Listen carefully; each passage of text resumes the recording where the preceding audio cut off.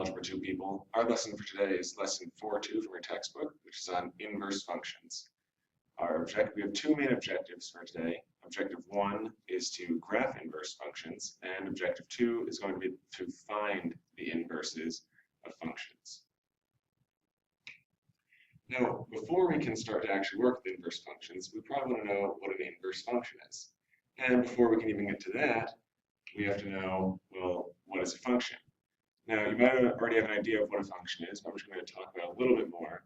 A function is a rule that connects an input to an output. So, for example, if we have some function f of x, what f of x does is it takes an input x and it connects it to the output f of x. Right, so the rule f brings us from our input x to our output f of x. An inverse function does pretty much exactly the opposite of that. An inverse function is the function that you get when you switch the input and output of a regular function. So what that means is that an inverse function actually just goes the opposite direction. So an inverse function takes your output and brings you back to your input.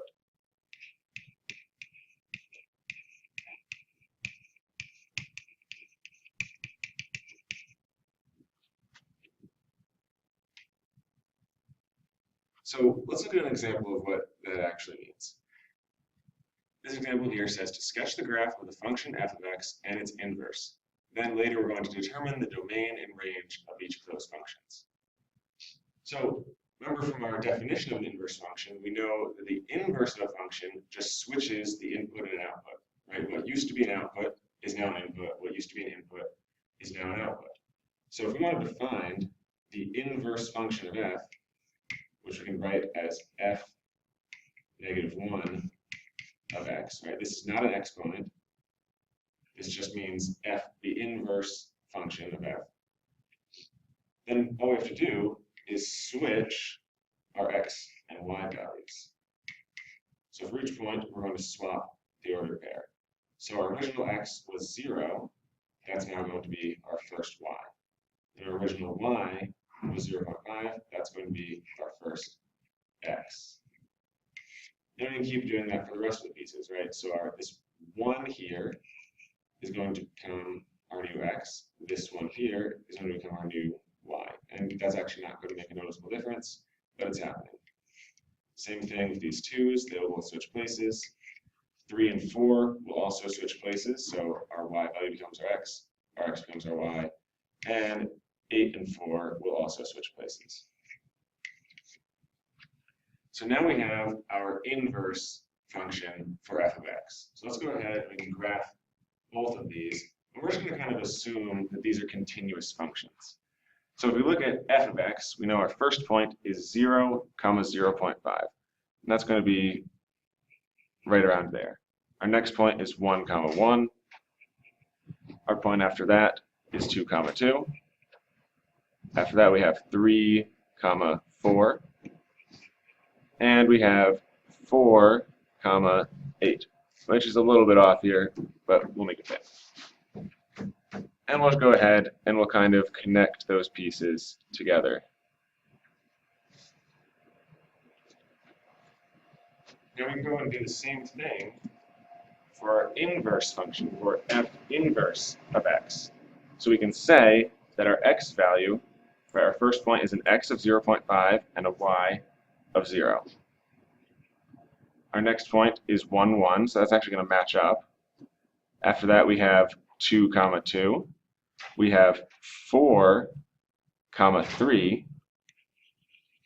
And finally, we have 8, 4. So that's, again, a little bit off the screen here, but we'll make it work. And again, we'll just go ahead and connect those all together. Now, an interesting thing that you might not have noticed, but that I'll point out right now, is that these two graphs actually are mirrored across the line y equals x. And that will always be true for any inverse function It's the effect of switching those x and y values, right? Your points just get mirrored across this line, y equals x.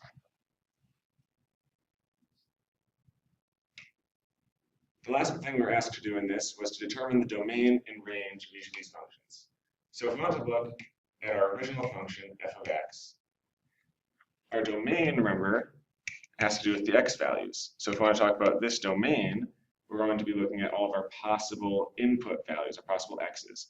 And we know that our lowest one is 0, and our biggest possible input is 4 from what they gave us. So x has to be between 0 and 4. We can do a similar thing for our range. Our lowest is 0.5, and our highest is 8. And we know that our output, y, has to be between those inclusively. We can also do that for our inverse function, right? Our domain here goes from 0.5 to 8. And our range goes from 0 to 4.